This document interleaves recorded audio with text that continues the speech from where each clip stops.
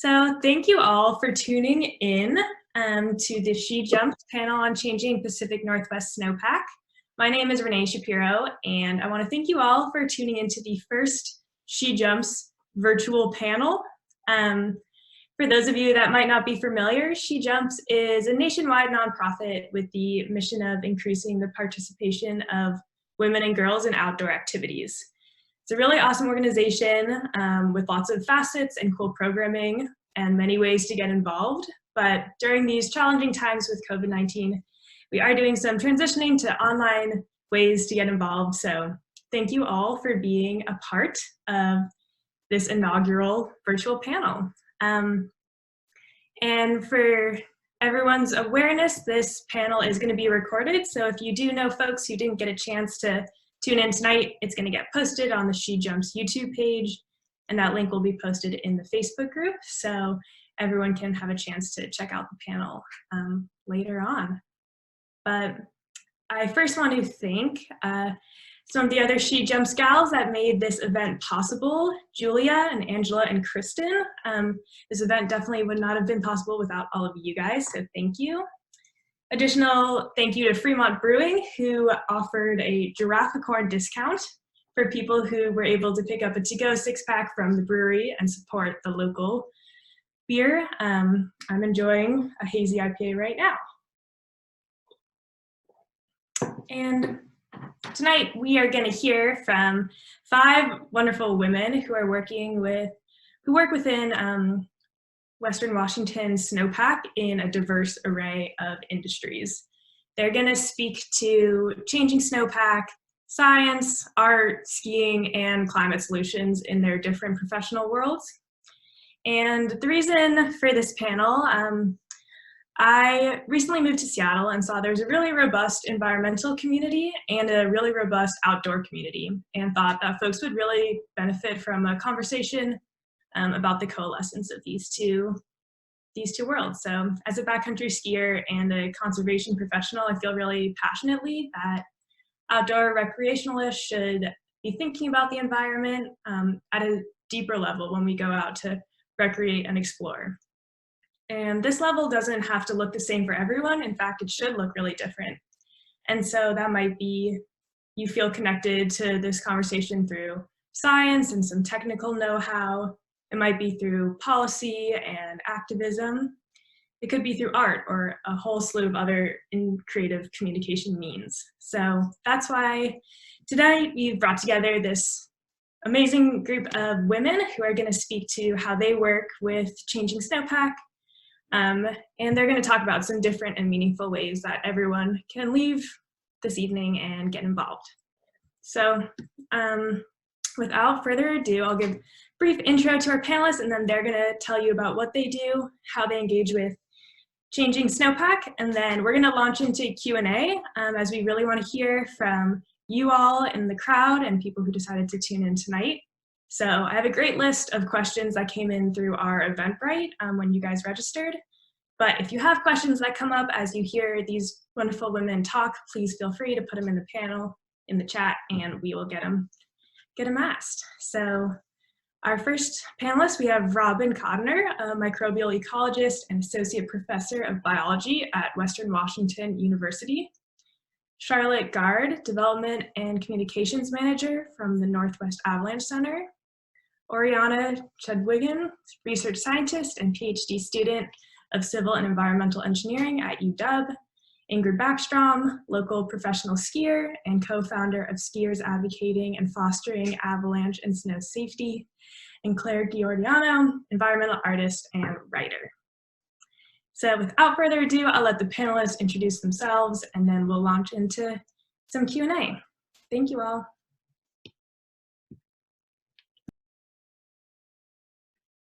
Okay, I should just start? Excellent. All right, thank you all for being here. I'm Robin Codner, and as Renee said, I am a biology professor at Western Washington University, and I also have started and run a program called the Living Snow Project, which is a citizen science project that recruits folks from the outdoor recreation community here in Washington State, but also all across the Western US to help us collect samples of pink snow. And I'll talk a little bit more about that in a second. But as in my role as a scientist and an educator, I have always been interested in connecting more broadly with the community of people that I associate with, because I am a climber and a skier, and so I'm interested in being in the mountains for fun, just like many of you are, but I'm also interested in being in the mountains to learn more about the system, so more about the biology and the way that the snowpack is changing, and to bring those worlds together, and to, as Renee had said, in a way to make recreating and engaging in recreating more meaningful. We have recruited people to help us with our scientific goals. And so the Living Snow Project engages people in science doing the things that they love to do. So what we do is we ask folks to go out, when they're going out in the mountains, whatever they're doing. So if they're backcountry skiing, alpine climbing, hiking, and they encounter pink snow in the spring and summer, we ask them to make reports and collections of those algae. Of that pink snow, which is algae growing in the snow. And if I was in person, I would ask how many of you had seen pink snow, and you would raise your hands and be like, I've seen it. Yay. Surprisingly, I love algae, so I think it's fascinating, but it surprises me sometimes how enthusiastic our community gets about this phenomenon, where all of a sudden our snowpack turns pink, and people are like, what is that? And it's a microorganism that grows in the snow. And it has a lot to teach us about how our snowpack is changing. So when folks go out and make observations or collect, they can sign up on our website to collect. They can scoop snow into a tube, which preserves the DNA, and they send it back to me and my students in our lab at Western Washington University. We sequence the DNA of that algae, and then we start to compare how those populations, the biodiversity of those populations across mountain ranges. So we have a primary focus on the Cascades, but we've also been branching out in recent years to mountains in Idaho and Montana and California. And so as we track the biology of the snow, we can learn something about how organisms are adapting. We can also learn about how biology itself can help change the snowpack, because as algae grow in the snow, they darken the snow surface, which increases the rate of snow melt. So that impacts both our annual snowpack as well as the rate of melt on glaciers. And I could talk more about the science if folks are interested, but in addition to just the technical details of the science, I'm really interested in how allowing folks to have an opportunity to engage in science changes their experience when they're in the mountains, how it might impact the way that they feel about conservation and the ways in which scientists work. I'm hoping that it's a little window into the process of doing science and understanding how we go about learning about climate change. So in the system that I work on, before we started working on this, there wasn't a ton of information about these algae. So almost all of the samples that I get, we're finding new species. So it's exciting that folks can contribute to that element of the research, but there's also a lot of questions that the research generates that we don't quite know how to answer. So in that sense, it gives people a little window into what a scientist does and why we don't always have all the answers in terms of what to expect with changing snowpack over time, or with changing the way that changing snowpack is impacting biology, because there's still a lot to learn. And I think that that is all I have to say for the moment. Okay, I think that I'm up next. Thanks, Renee, for facilitating. My name is Charlotte, and I work for the Northwest Avalanche Center, or NWAC, as most people refer to us. So the role of NWAC in the community is to increase avalanche awareness and reduce avalanche impacts. We do that through a mountain weather and avalanche forecast is one of our primary tools. And then we also provide education and data to supplement those resources to help people get out safely in the Washington Cascades, Olympics, and Mount Hood. Those are the zones that we at NWAC forecast for. My job at NWAC is to oversee our communications and fundraising. We are in part a nonprofit, and we really rely on the support of our community. And it's fun to be part of like these community efforts because it's a really active one. And more broadly, my job is to expand the reach of the forecast. So our goal at NWAC is to have every single person that's heading into the Wintertime Mountains use the NWAC forecast as a way to understand what they're getting themselves into, and more generally to understand how they can best apply the forecast. And we do that through education, and then through working with our partners in sharing those resources. Within the scope of this panel, and sort of thinking about ways that we connect with the community, NWAC maintains one of the largest weather station network of its kind in the mountains of the Washington Cascades and Mount Hood and Olympics. And that really works with a bunch of other projects and citizen science and science projects to understand how the snowpack is changing. These data weather stations monitor a bunch of different inputs and have done so for the last 40 years. So it's a fun way that we're involved. And one of the other ways that NWAC works is just to connect all of these different resources. We've worked a lot with Robin Codner's lab to expand the NWAC community and really connect them with ways that they can engage in citizen science and work with other community development projects to really get involved in a deeper level than just going into the backcountry. So a community supported organization, and just working to connect people and get them the right resources so that they can safely recreate in the backcountry and Wintertime Mountains. Okay, that was under 5 minutes, Renee, but I'm going to pass it along to the next person for their bio. That's me. Hi everyone, my name's Ori, or Oriana, and yeah, I'm a graduate student at the University of Washington and research scientist. I'm almost a doctor. I submitted my dissertation yesterday, and it's like the only thing I can talk about and think about right now, so that's great. And yeah, so I study climate and water in the Pacific Northwest, and a huge part of that is snow, so it's really cool to be here. What I think about is like what's going to happen in the big picture decades from now. So how is climate change going to affect snow and our rivers over the next 30, 50, 100 years? I pulled together a couple different kind of statistics you could think about when you're thinking about the way that snow is going to change moving into the future. I would say big picture is just that it will be different. That's kind of the big picture change. In terms of snow, big changes. One, there's going to be less snow in the future. The total amount of snow that we have in our mountains is going to drop.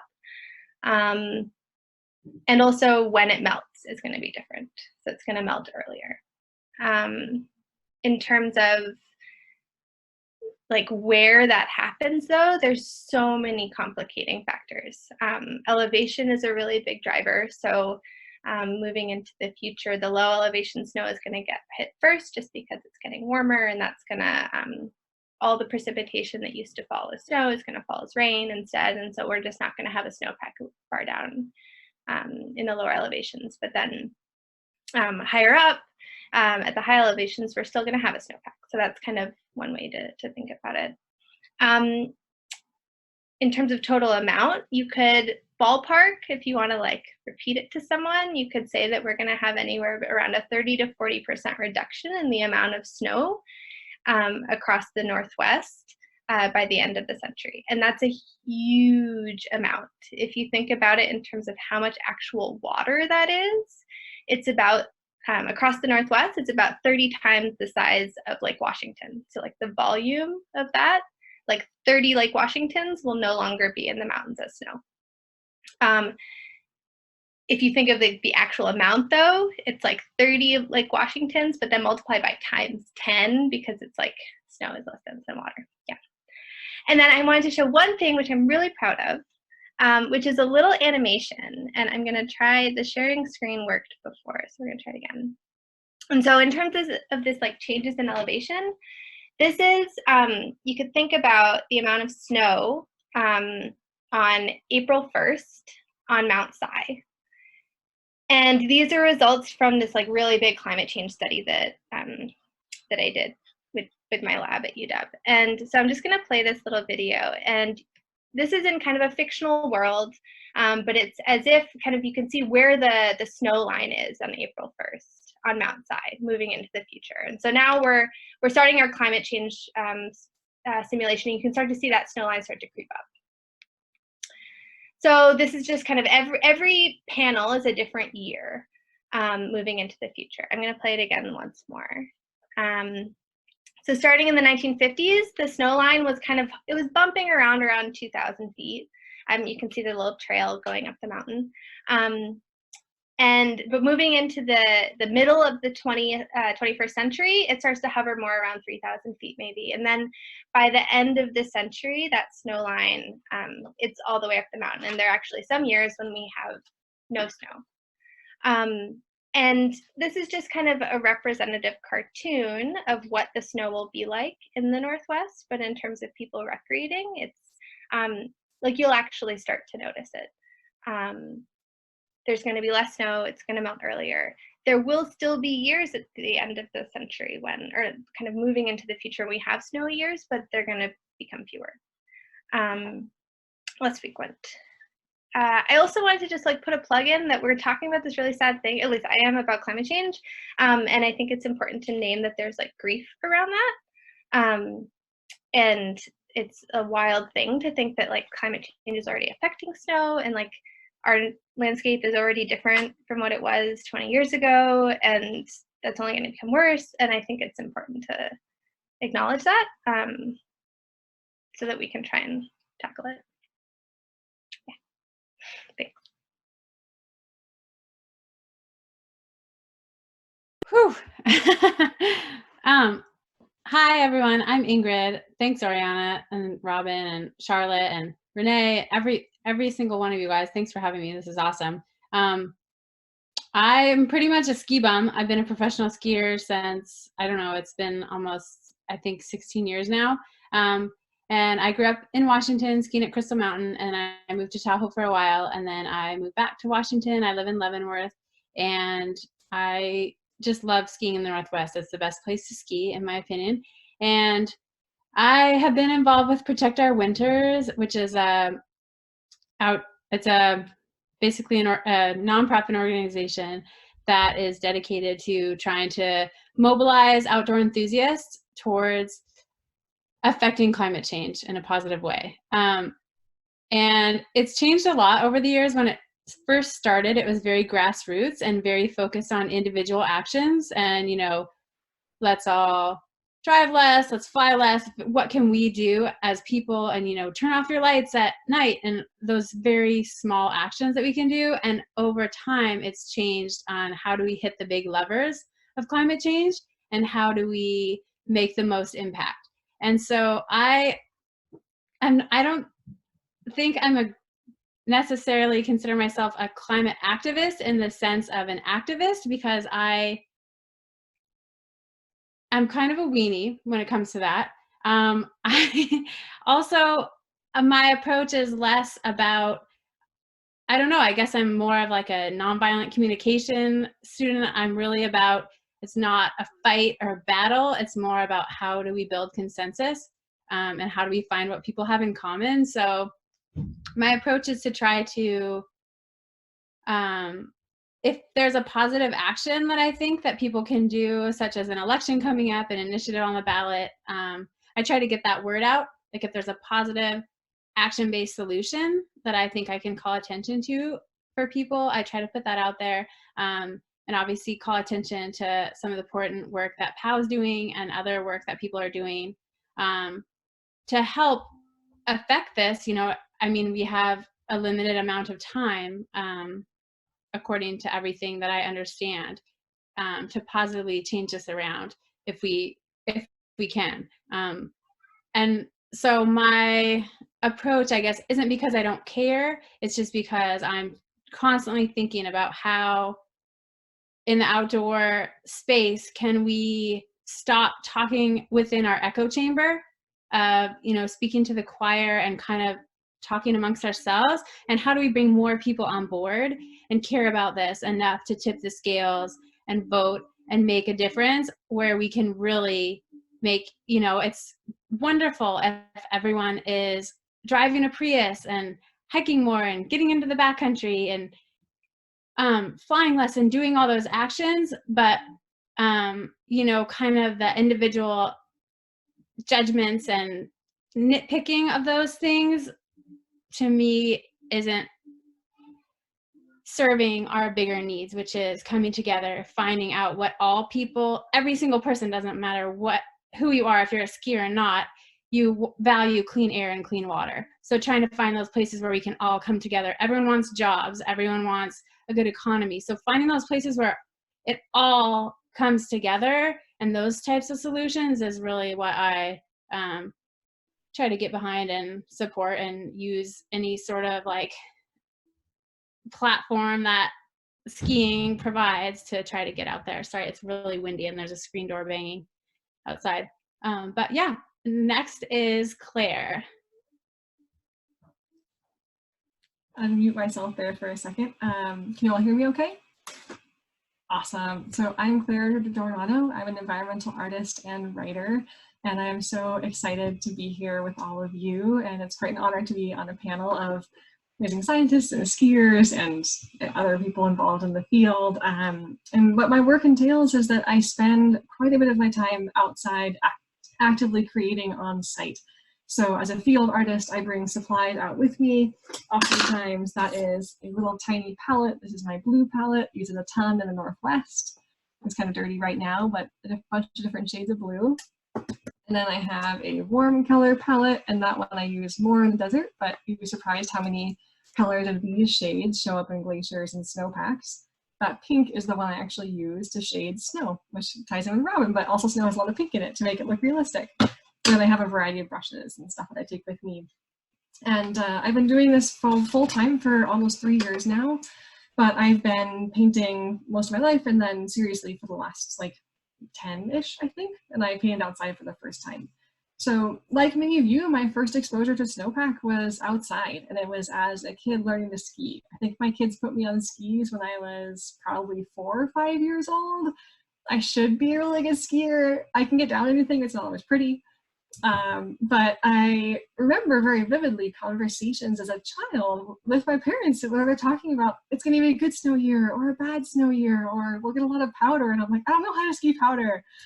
I eventually learned, but those were very vivid memories of, from pretty young, having that be a daily conversation in the winter time. And I also at that time started to realize the power of being attuned to our landscapes in terms of visual observation, which I do a lot now as an artist. But back then it was more, I don't want to fall, so I have to keep an eye on what the conditions are doing. So that's something that all of us can do when we're outside, is look at what the conditions are happening and kind of become attuned to what's happening around us.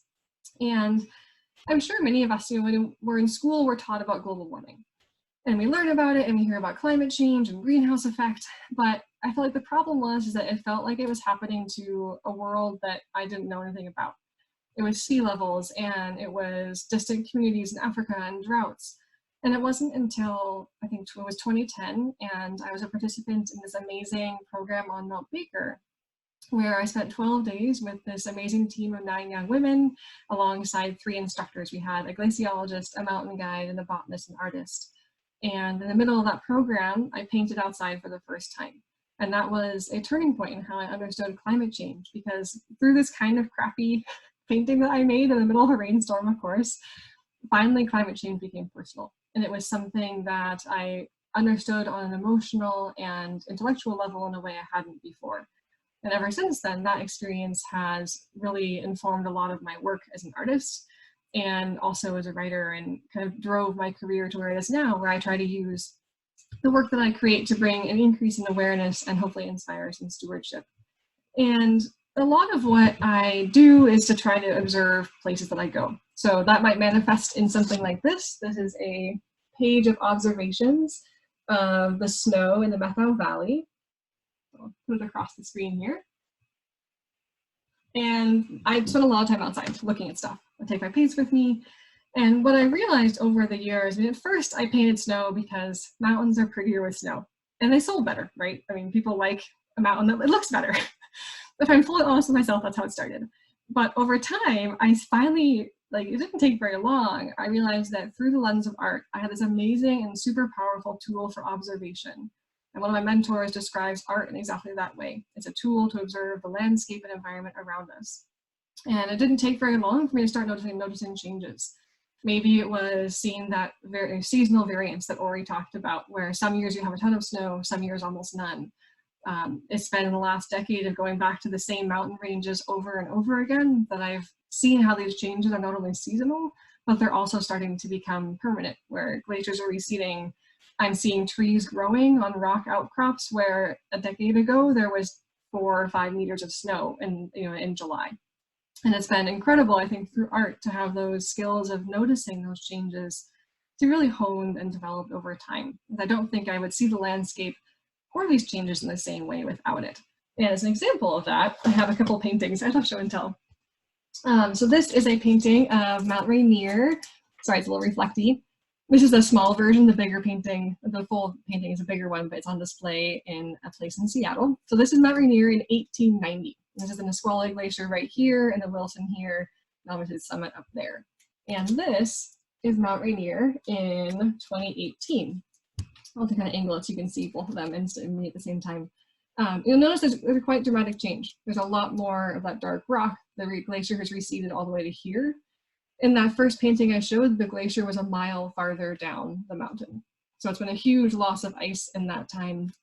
But what I love about this series of paintings is that this one here was actually created by using the reference images that people from our Facebook groups locally provided. Because I didn't have the ability, this spot no longer exists anymore. That kind of cliffy moraine next to the glacier collapsed. So I went to our big groups and asked, hey, who has any reference images? I had dozens of people reply and send me images, but also send back that they had no idea that in the 2 years, the 10 years, the 50 years they lived here, they had seen changes happening in this landscape. So I encourage all of you that if you're out and about or looking through your photos as you have suddenly more time at home, maybe with your computer, see if you can see any changes in your photos. Because I think it's really incredible to realize that even though we may not realize it, we are in fact, every single one of us collecting important and useful observations of climate change and shifts in our landscapes through photos on our phones or our cameras. That's kind of a fun thing to think about. And for the last 3 years, this kind of practice of noticing and deeply observing the landscape and also working with science communication has led me to some really cool places. I got to go to Chamonix, France last summer to work with some scientists, and I should have thought of the screen share. I could have shown you I did some paintings and projections of snowpack and glaciers there using art, which was really cool. I also got to go to Greenland as a guest artist and lecture on a cruise ship. But I think, it all started in these home mountains here. Ori and I taught together a couple of years ago at the same program that I did 10 years ago on Mount Baker. And it was my sincere hope that I create art with the goal of trying to inspire some increased awareness, because I really do believe that environmental stewardship starts when we care deeply enough about something to be spurred to action. And I think that of all the different tools I have at my disposal, creatively expressing that through art and writing is the best way that I can. Because I recognize that we have all this data and we have science and we have personal experiences, and if we can't open that door or foster that personal connection, if we can't care about it, nothing's going to happen. So that's why I would do what I do, is because I want to, even if I can just open the door a tiny bit by someone thinking that mountain's pretty, maybe I want to go. And that's, to me, the first step of inspiring someone to get out there and start learning and seeing more clearly what's happening. So excited to talk more.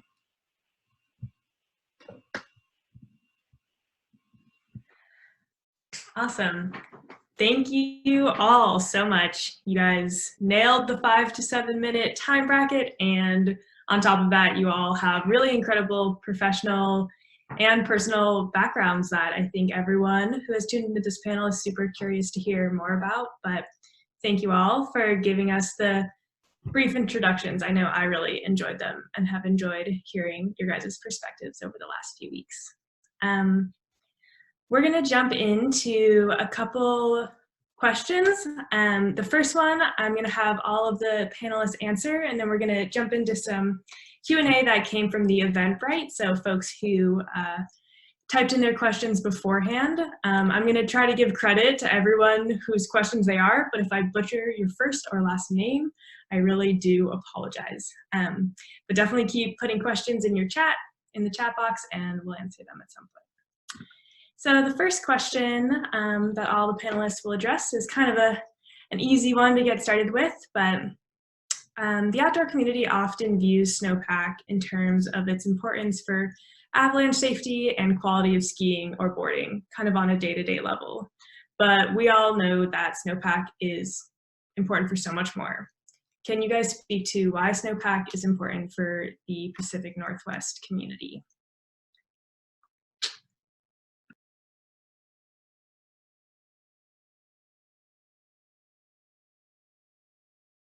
Sorry, I'm on mute. I can start if you want. I'm sure our two scientists can speak to the data and the science component of what that would mean for in terms of like levels and also our greater than human community as well. But when I first read this question, I thought about it in terms of what happens when we lose a visual barometer of change. So to me, snowpack is something that, you know, even over 10 years of looking at it, have been able to see tremendous changes. And in my mind, I think about many elements of climate change like this. It's like if we start losing things that we can actually observe as individuals, or they become less obvious, you know, does that, I believe that will have a huge impact on how much and how meaningful these changes are. So to me, like, I'm always kind of encouraging people with my mission to get them to start looking and seeing much more clearly, because if you can start observing more deeply a landscape, then we're more open, I think, to the stories it's trying to tell us. You know, nature doesn't have the same language we do, but if we know what to look for, we can actually learn and decode those stories. And I love this panel because I think I see nature through the language of art, but the scientists see it through a very different and equally amazing language of their own.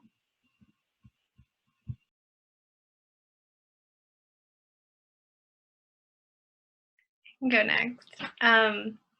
So like, yeah, I usually think, so I'm a hydrologist, which means I study the water cycle. And so when I think about snow, I think about how, I guess, yeah, how it affects the earth and like our landscape. And with changing snow in terms of water and like when it gets into the rivers, with less snow, all sorts of things are going to be impacted, ranging from fish in our ecosystems. So indigenous people in this land have used and have salmon as a very important spiritual part of their lives and society, and that's something that I think a lot about. Salmon are dependent on water in the summer that comes from snowpack. That's also cold because it's snow and it's frozen, and with less snow we're going to have warmer streams and less water under climate change. Also agriculture, like farmers rely on water late in the season. If it melts earlier, we're going to have less water for farmers in the summer when they're trying to grow stuff. Hydropower, we have clean energy. It's a complicated situation with dams and everything, but it's something that we rely on for electricity.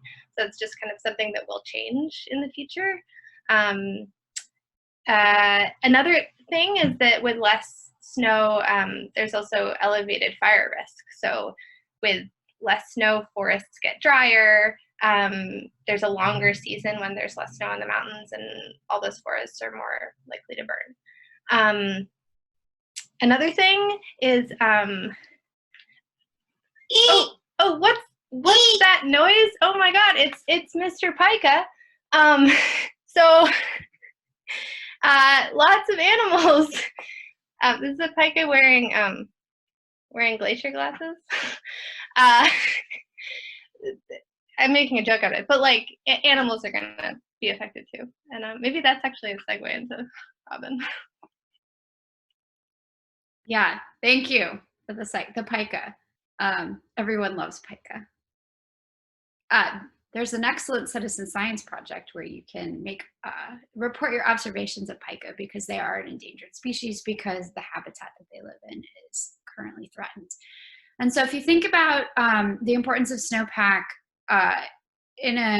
as a biologist in sort of a global sense, what does that mean for ecosystems? And all of these things are connected. One of the things I've always wanted to do is be able to help people understand the link between snowpack and the microbes that live in the snow and the insects and the small animals that eat those, that then connect to melting, and that melting water connects to salmon and connects to the Puget Sound region, and which links to, as Ari said, is links to salmon, links to orcas. Like, our whole ecosystem in the Pacific Northwest is all connected. And so if you start to have an impact in one place in the mountains, the cascading effects are going to be seen and felt everywhere. So it is going to affect changes in snowpack, and changes in hydrology will basically affect all elements of our ecosystem here. As a microbial ecologist, I study the microbes that live in snow. So the snow itself is the habitat for the things that I study. And one of the things I help people understand is that there is a little ecosystem there that you can't see. You can see that the snow turns pink, but you maybe don't recognize that there's a whole number of diverse little things living in that place. And so, as Ari said, that low elevation snow is going to start to disappear over sort of the next 50 to 100 years. And that habitat is just going to be gone. We have a number of species of snow algae that grow in that early season, low elevation habitat. And their habitat, we don't know what's going to happen, but they don't seem to prefer higher elevation habitat. So we're going to lose some of our native biodiversity. Some of that's invisible to us, but the sort of cascading effects of that are kind of unknown. I don't know if that answers the question, but I think that there's going to be effects in our forests. There's a lot of tree and plant species that require freezing that are going to be affected. So I feel like up and down the food chain, we're going to see issues.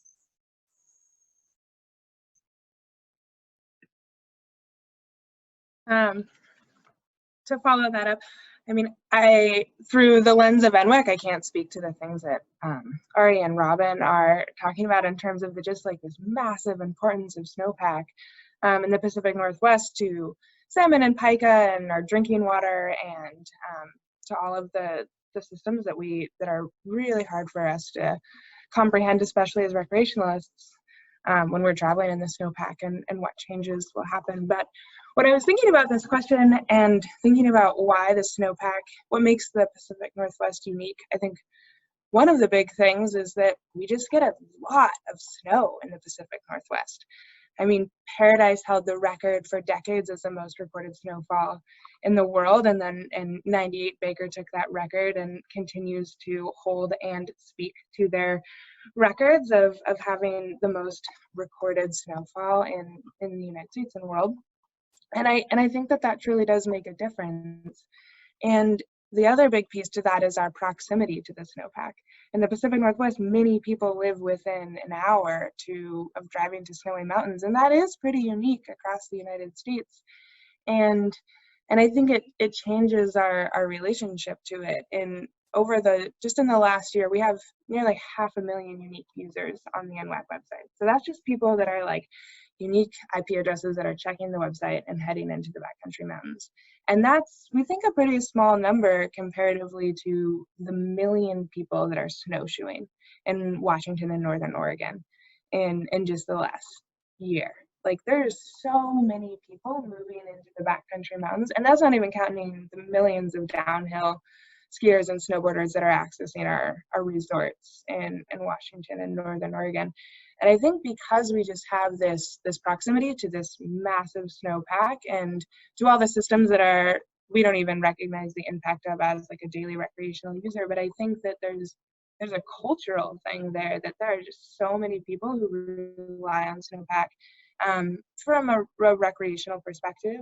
And I think that does lead to like a pretty active community of people who who are interested in preserving and protecting the resources that they use.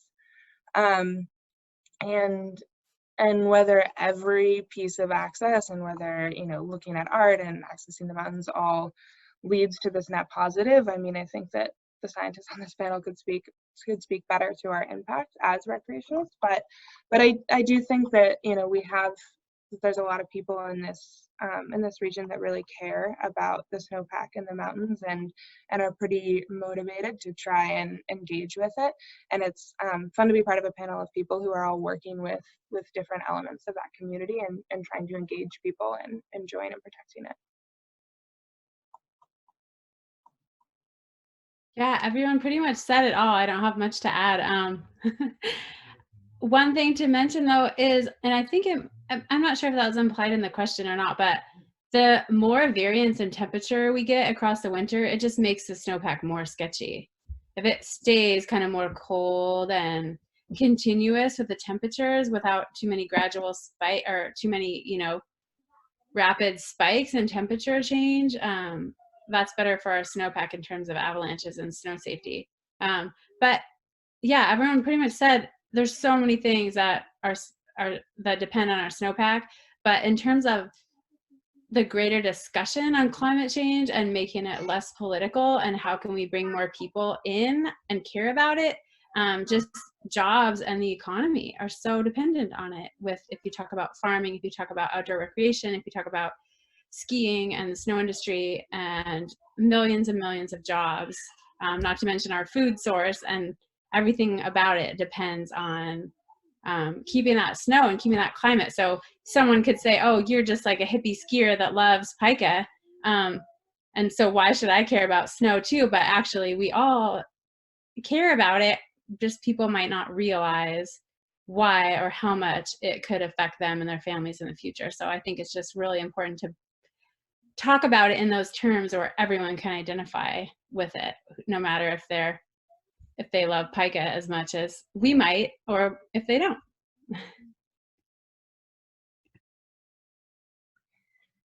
Thank you guys so much. My guess was, with bringing this really well-rounded panel of women together, you guys were going to give an answer like that, and you absolutely knocked it out of the park, so thank you all. We're going to transition to some questions from the audience. The first one, which I'm going to send to Robin first because she's been doing some work with equity and inclusion in the science community, but if anyone else wants to jump in on it afterwards, they definitely should.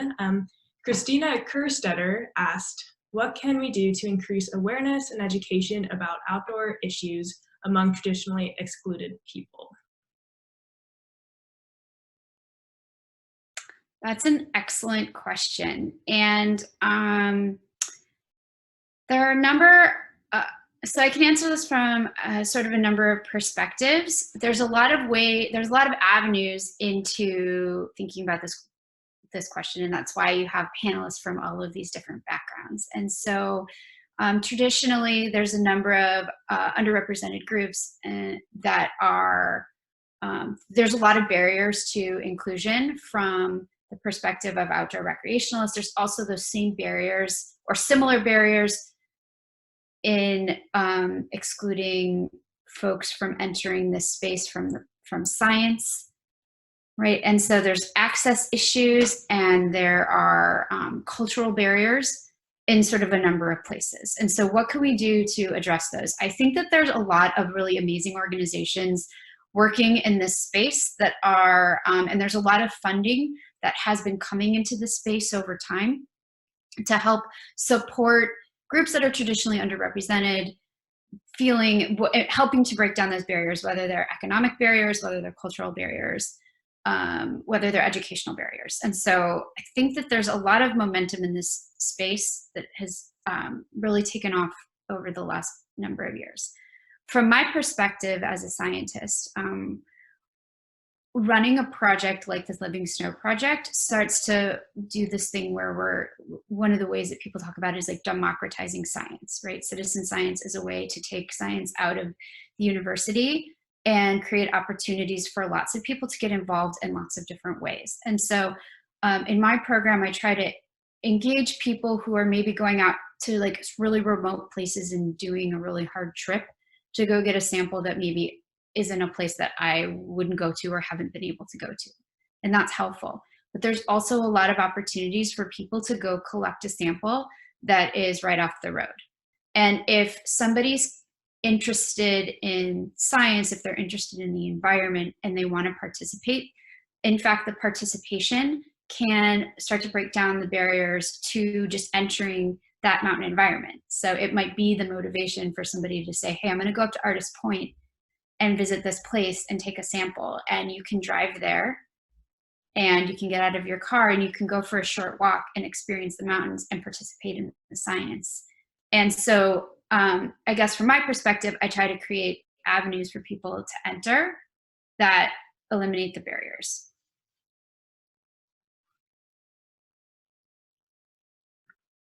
Thanks, Robin. If anyone else wants to jump in, they're welcome to. You can just unmute yourself and I'll take that as your cue. Yeah, I'm gonna promote Charlotte because she's been working on creating a mentoring program within NWAC. So maybe you have something to add. Thanks, Robin.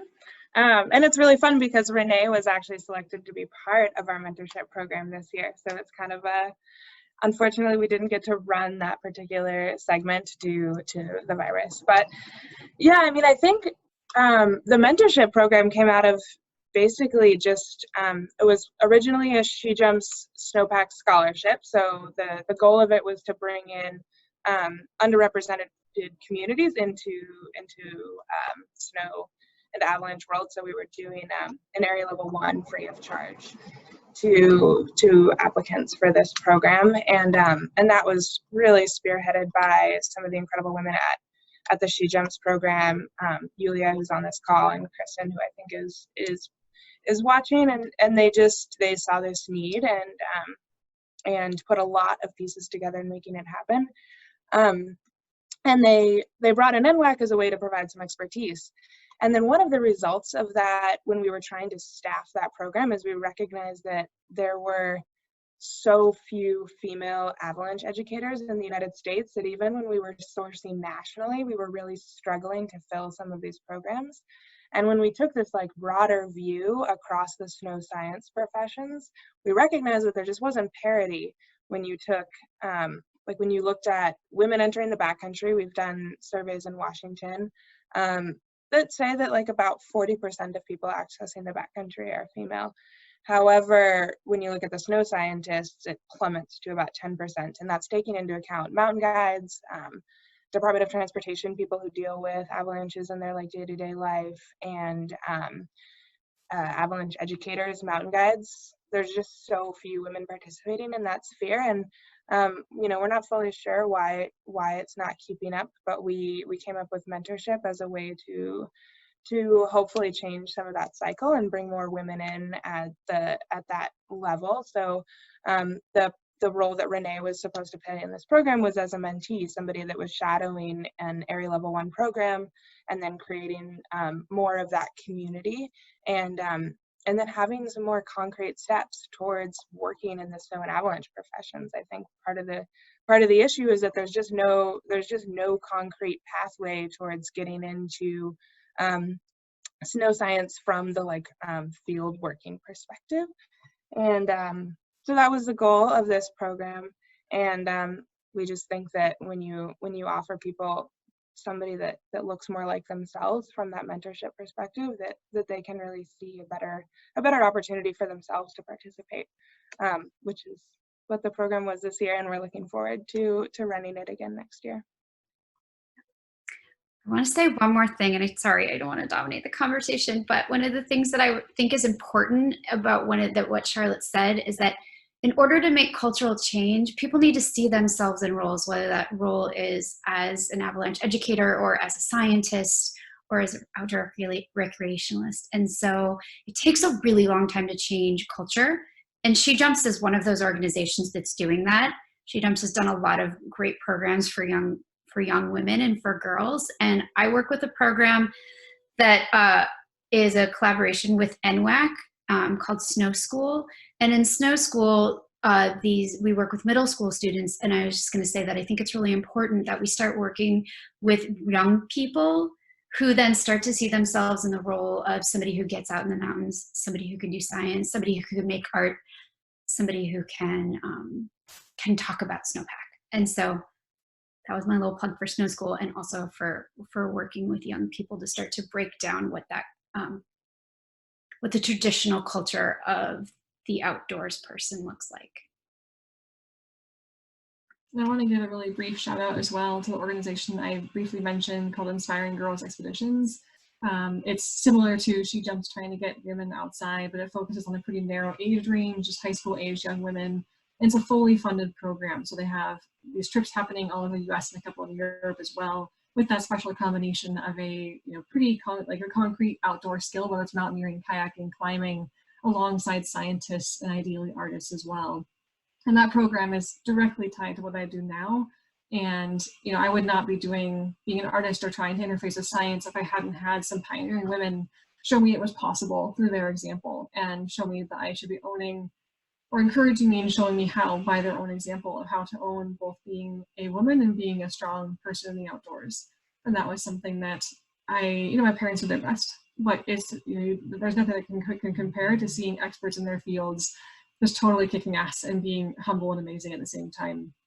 And conversations with that program also directly led to the reason that in my paintings I almost always do silhouetted people, because I don't want those to be identifiable as a certain gender or color of person. So it's been really interesting to hear conversations that have been sparked by people asking, why do I only do silhouettes? And that's why, because I want people to be able to see themselves in those figures rather than be excluded by a choice I maybe didn't think about. Super cool, Claire. I was wondering that myself, so you answered that question. And thank you, Robin and Charlotte. The Snow School program, which Robin mentioned, is a program through the Winter Wildlands Alliance, which I posted a link to their information in the Facebook page. They also have a lot of really good information on policy and advocacy in addition to Snow School. So definitely keep an eye out for them in terms of resources and getting involved. But thank you guys. Next, I have a question. I'm kind of summarizing a question from Elise Chan, Simona Fried, and Tara Crowdhurry. And they were all curious about how COVID-19 has presumably reduced the number of outdoor recreationalists and people moving in general. I was going to send this towards Oriana and Charlotte for kind of a tag team answer, but anyone should answer. Do you guys see these impacts having benefits for the environment and snowpack? I know the data is not necessarily concrete yet, but if you have a hunch, people are curious on how COVID-19 has been impacting snowpack.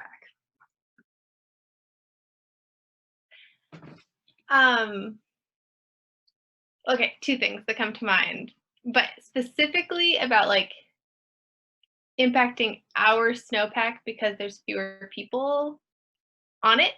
I would say it probably hasn't changed much. It's my hunch. I'd be curious if people would disagree. Maybe people people walking around will make it melt more, but like in terms of like the big picture changes, I can't imagine that would make a big difference. But the differences that people are seeing from like a climate perspective or from an greater environment perspective, you see all these amazing photos of kind of air quality improving around the world because of less air travel, less industry like production, and that was definitely noticeable.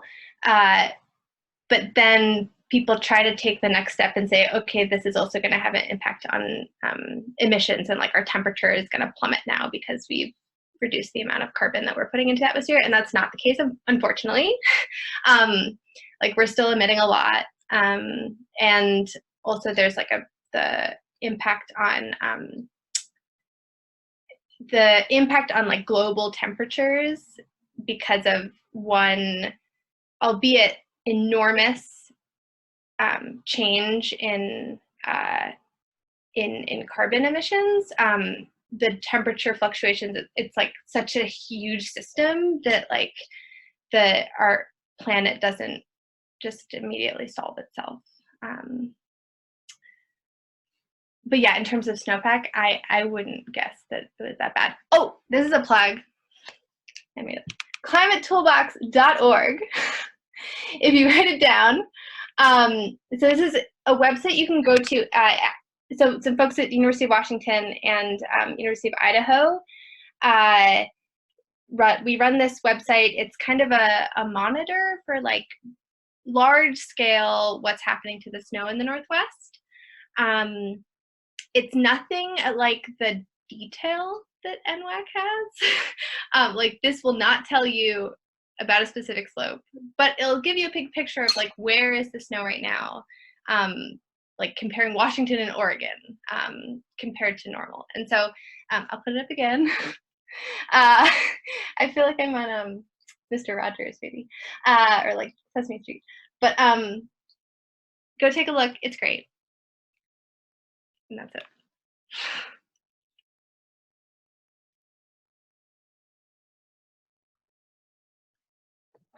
Renee, I definitely can't speak to the impact on snowpack because that does fall solidly in Ori's camp.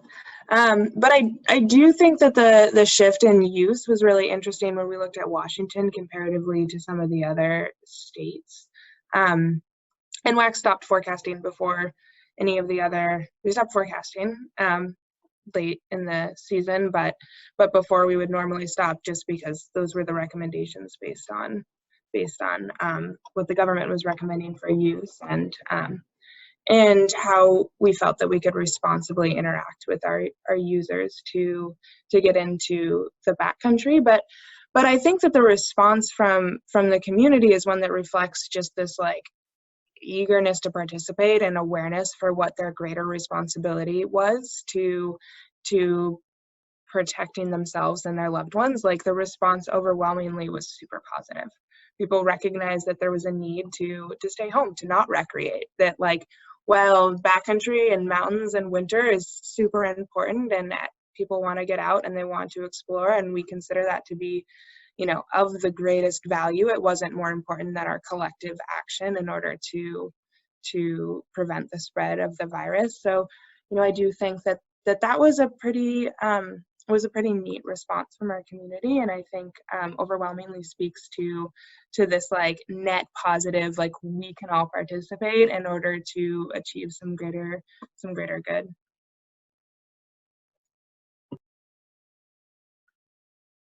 Thanks, guys.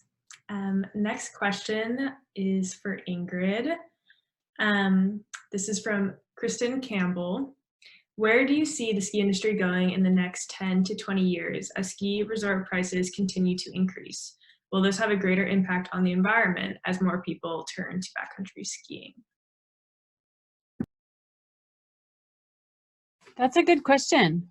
I have no idea because everyone keeps talking about how economically, at least, the ski industry isn't doing as well. But then we all know from going up to the mountains last year that they're more crowded than ever, and the backcountry is more crowded than ever. So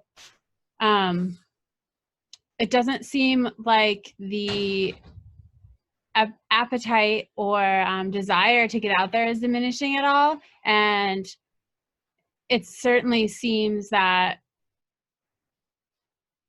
as more and more people get out there, it just depends, you know, how safely they get out there and how they access the backcountry.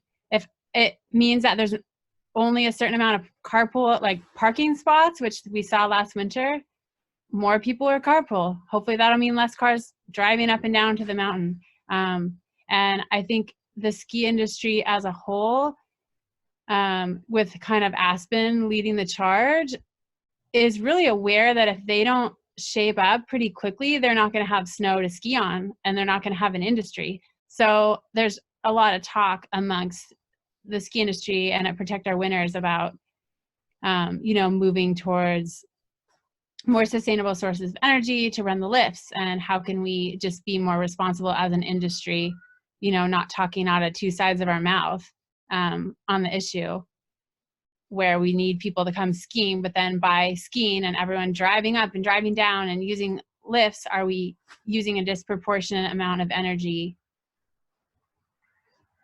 for something that's, recreation, which is important, but not at the expense of our environment. So how do we balance those things? And I think that the ski industry is definitely aware and moving in the right direction.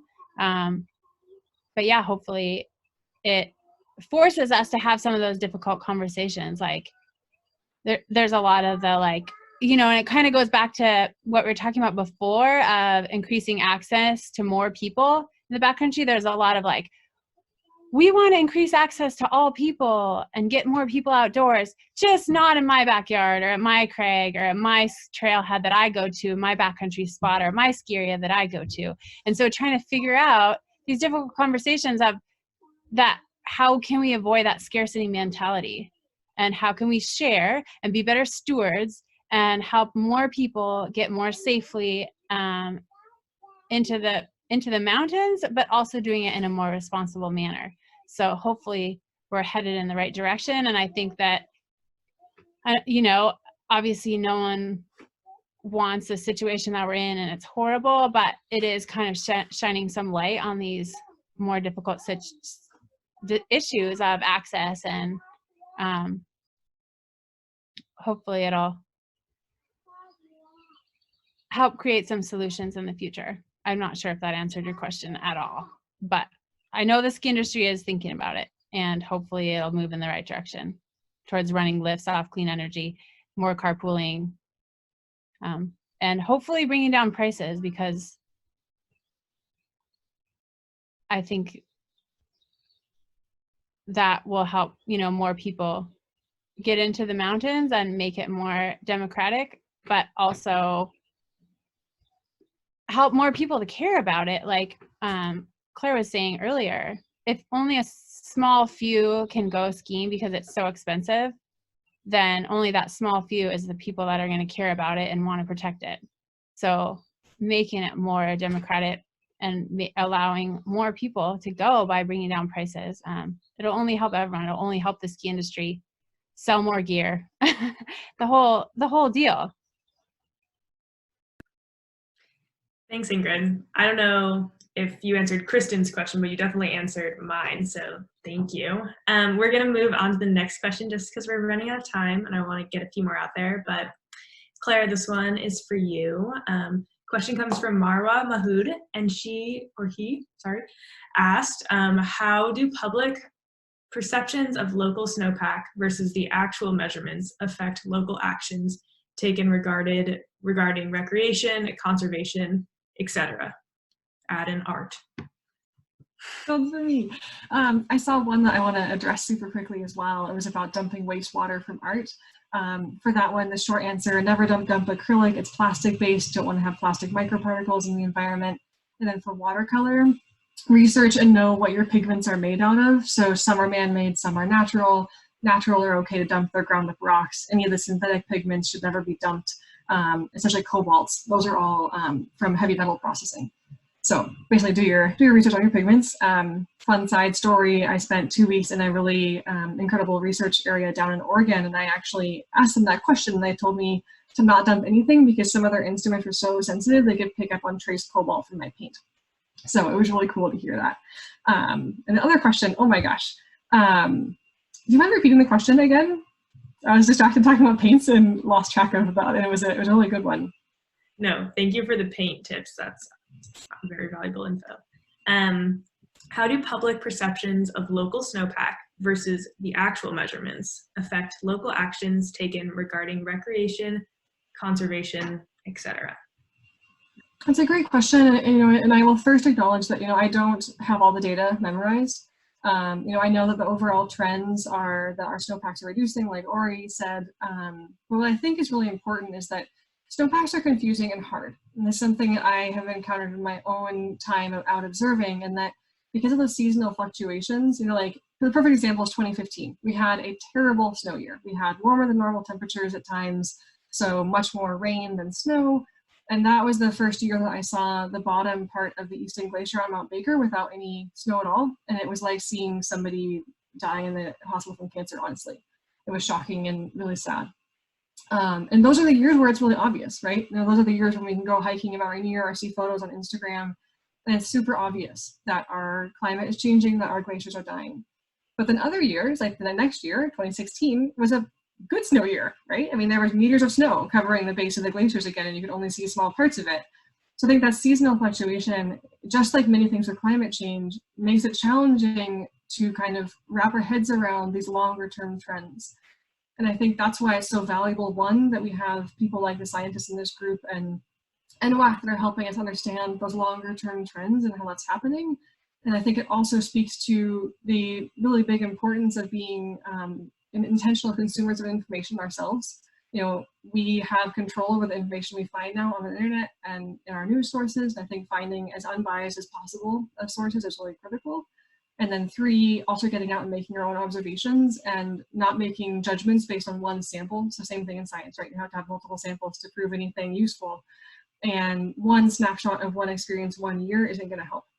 And that's so making sure that before we make a judgment that, oh, climate change isn't real in the Northwest, we still have a lot of snow, actually realizing and looking at those longer term trends. So I don't know if I answered that perfectly, but I think what I want people to take away from my answer is that we get to choose how we interact with both information and our landscapes. And I really encourage you to be aware and use these incredible 5 senses we have to smell air pollution, to smell the really cool smells of conifer trees, to look for look for the pink snow, and to observe those changes over time. Like if you're a skier or a hiker, you can see them, they're there. It's just a matter of, you know, opening your eyes to them. And I think that's the coolest thing about going outside, is learning about it through our senses.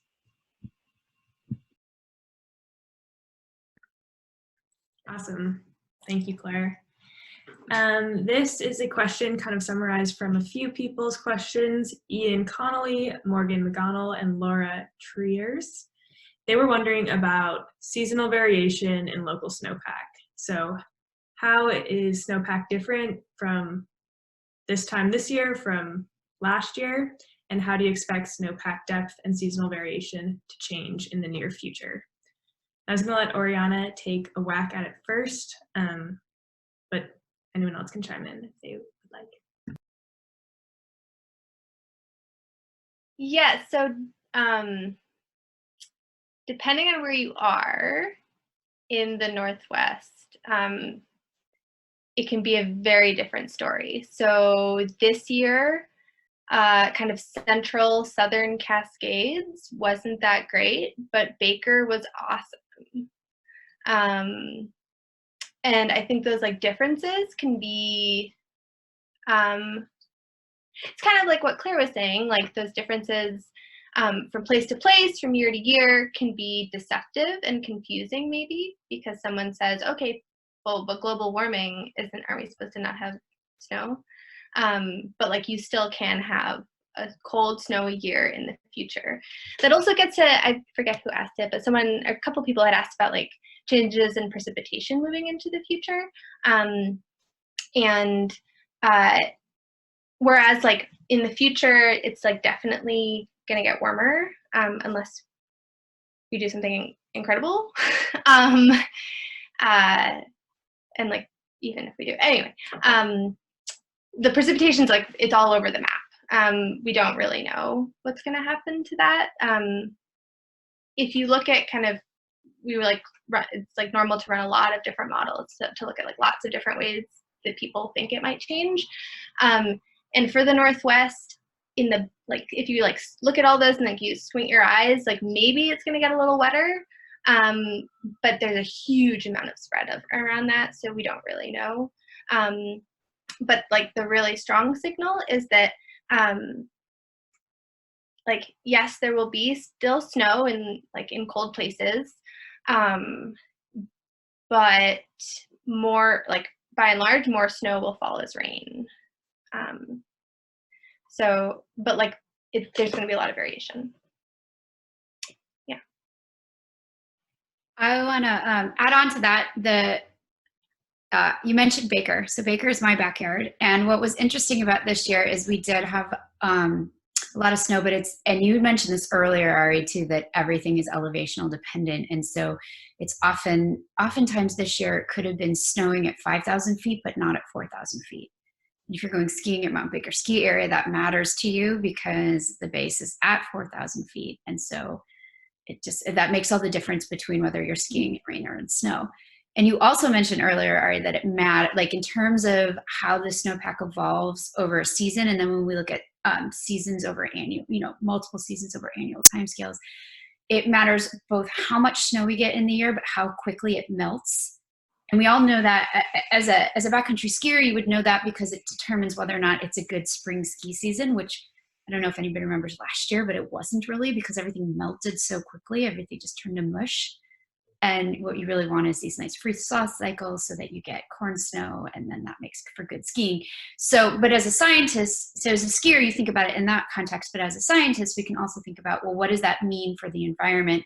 And one project that we're running in my lab is we're looking at for snow algae when the start and the end of their growing season is. And what we're seeing is that that is quite variable from year to year, both because of how much snow we get, but when the melting starts and when we get snow disappearing out of the, so we've been looking at Bagley Basin, which is right next to the Mount Baker ski area. So when does the snow disappear off the lake?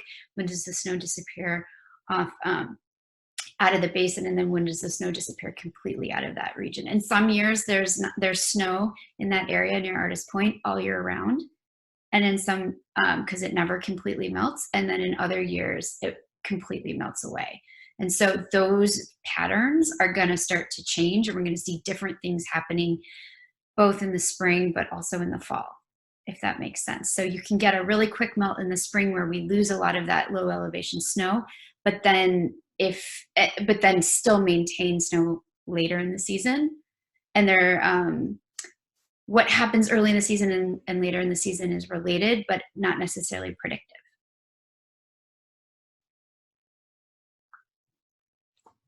Can I just add one thing that I think is like a really fun tool for thinking about snowpack, especially because so many of us are recreationalists and we think about snowpack and snow depth in terms of like where we go to recreate.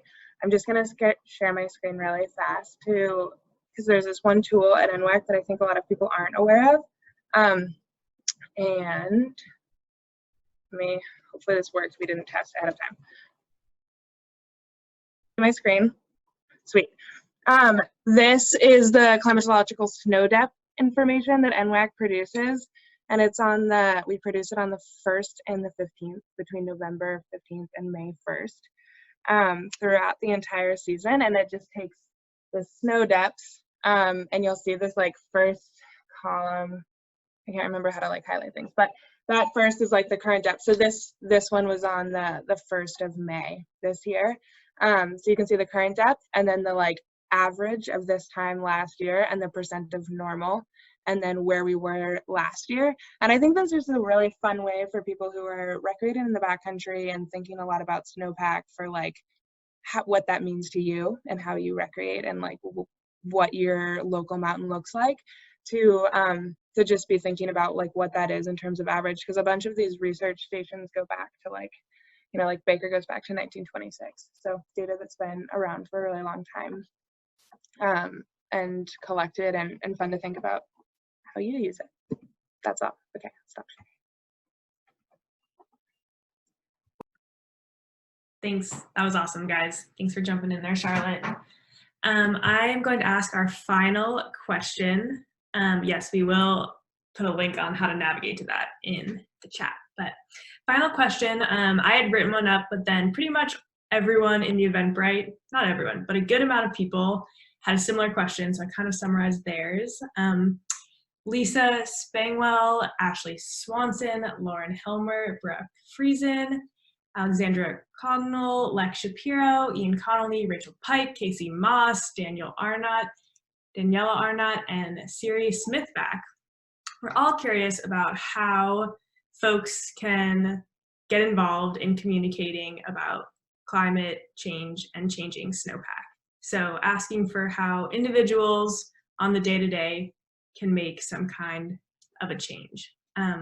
That's really the intention of this panel, to kind of give people a path forward. So whatever small and meaningful step you guys can speak to, that'd be awesome. And this is for everyone to answer.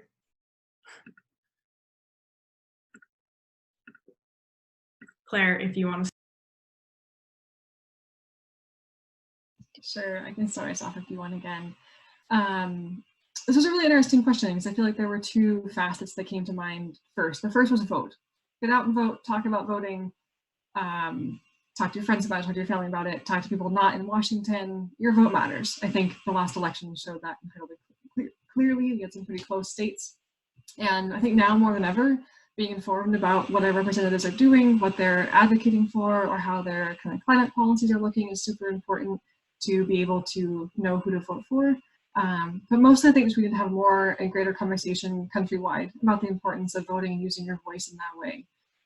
The second similar facet is that we can vote with how we spend our money. So choosing to support brands that are partnering with, Ingrid Baxter's organization, POW, or organizations that are committed to being climate neutral. I think those are two relatively, sometimes easy steps. I recognize that choosing how we spend our money is a privilege, and not everybody has access or the ability or resources to opt for more sustainable options. So if that's not in your wheelhouse, I just want to create space to acknowledge that, because there is definitely some barriers to entry for more sustainably made stuff, which is more expensive. But on a more personal note, I mean, I love what Ingrid said about how climate change and global warming is something that will impact every single one of us in different ways. I think for me as an artist, like I have made it a central tenet of how I work and what I want to be doing. I want to be telling those stories in a visual way. I want to be making that story accessible to people who may not have thought about it. I think art's kind of sneaky, and I hope it's a little bit subversive. That maybe by painting and people can see themselves in the landscape and want to go visit, then they might be more aware or be a little bit more curious, even if they didn't care about it. And the cruise ship was a perfect example. I had people there who were oil executives, and they got to hear me talk about climate change and glaciers and painting them. And I had some incredible conversations. And I think finding those common grounds and finding creative ways to spark those conversations is really critical. And that's where I encourage everybody just to get curious, go outside, bring a sketchbook, bring pencils, pens. Even if you make what you think is a really crappy sketch, just go for it. Because that's, not only will it be interesting to you and will it help you see the landscape better, but it's also a chance to talk to people.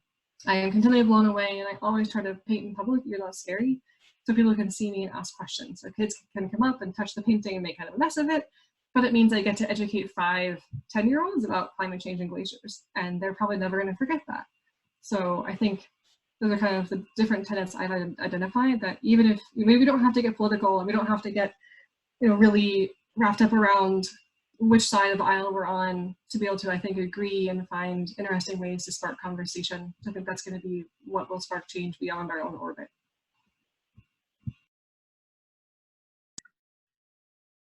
All right. I, of course, need to say that one thing that you can do as an individual is become a citizen scientist and participate in helping collect data. And one of the reasons I think this is really important is climate change is really complex, and the way that's affecting environments in ecosystems and the way that the organisms in the ecosystem are interacting with their environment, it's really complicated and things are really variable. We've already talked about that. And so in order to collect the kind of data that's going to allow us to say something about how things are changing and make predictions for the future, we need really large, robust data sets. And sometimes we can put satellites up or sensors up that data, but for things like depth, sometimes you can only collect that for small areas. So there's a citizen science program called Community Snow Observations, where when you're out skiing, you can take your probe out, probe the snow, get a snow depth, and submit that observation to the project. For my project, Living Snow Project, you can make an observation when you happen to see pink snow, and you can collect a sample and then contribute to a large, robust data set that it's allowing us to understand how these communities are changing over time. We can't collect this data without people.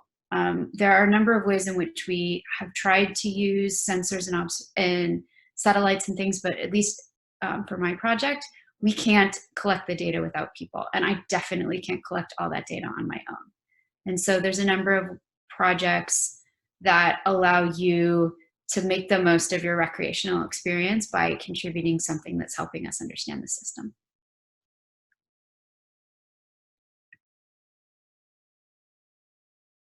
I'll go next. I think that taking a look at where you bank and what you do with your money. Divesting, just taking a look at what your bank supports is a good way to vote with your money.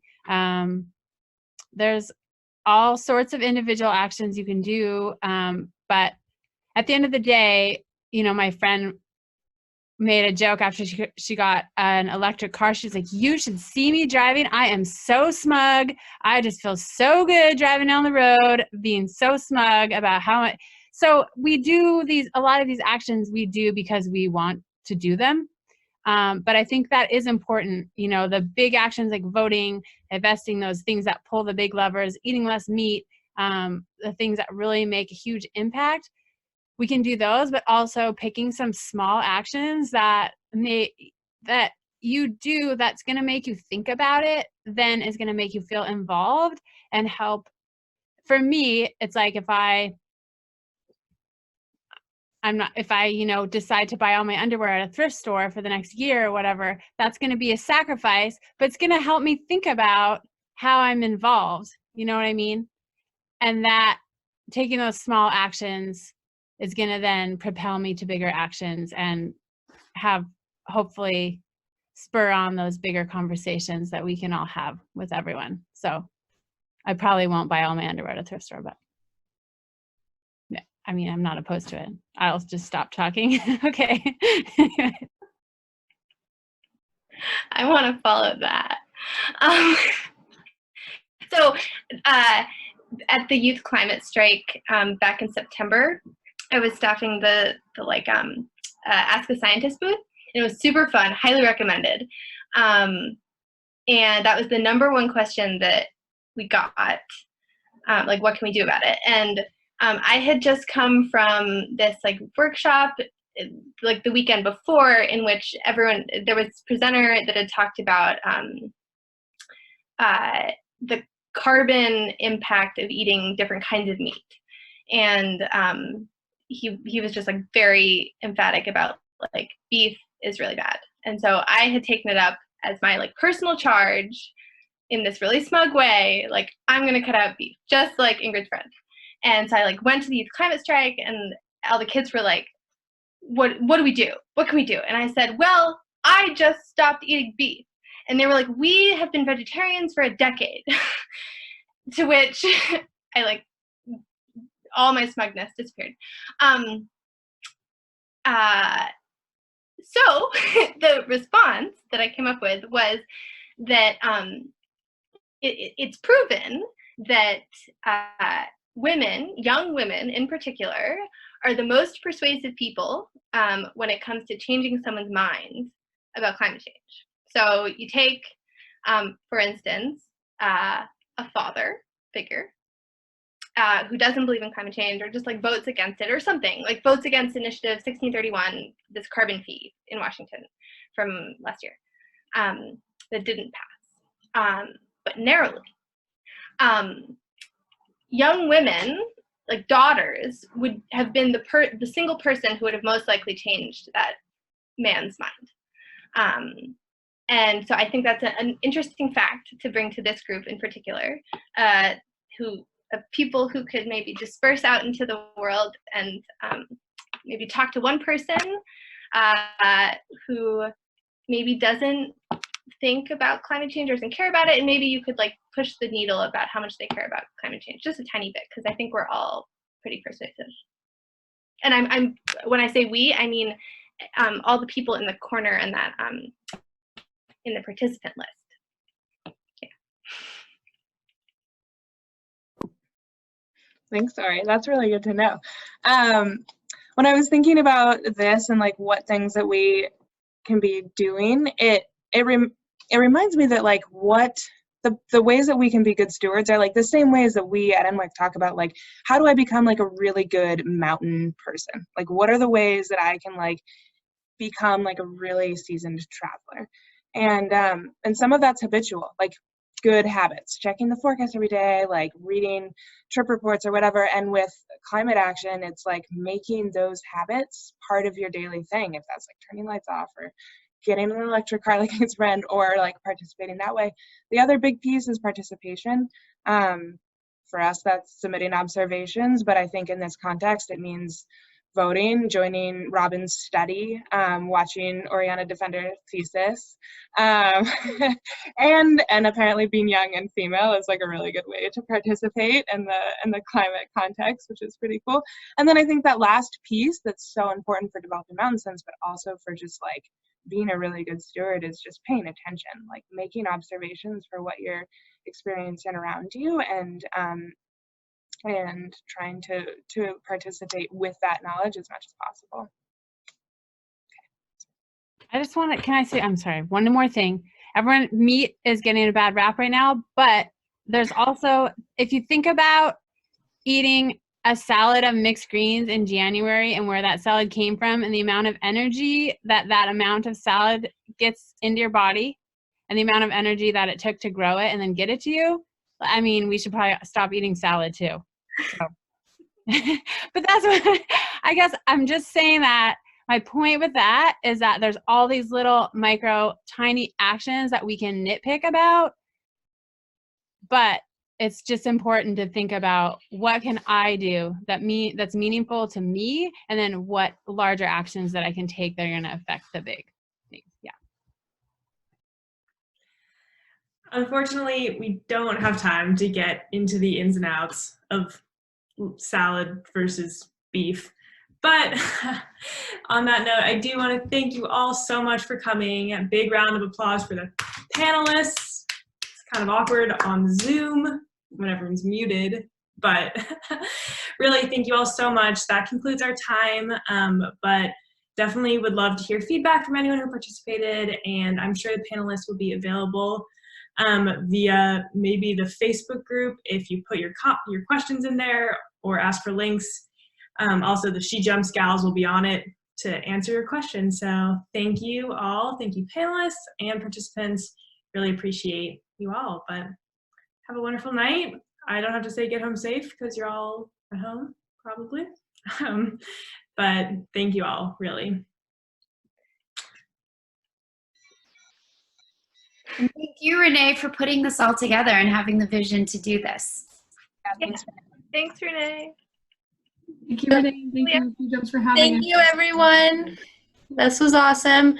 I'm just going to pop in here and say that there were some questions that people asked in the chat. I'm just going to email those to you, and then we'll just follow up either on the Facebook event, and then if you did register for Eventbrite, we'll reply back. And I know, Ori, you actually shared a way to contact you. So I'll collect the panelist participant information, and then, you know, we'll give you a channel to ask them more questions if it's okay with them in the future as you come up with them. So just wanted to put that out there. And again, thank you everyone for joining, and thank you to all the panelists, and of course to Renee for putting this together. I hope that we can do more of things like this in the future. Very cool. Bye, everyone. Bye. Bye. Alrighty. You all have a good night.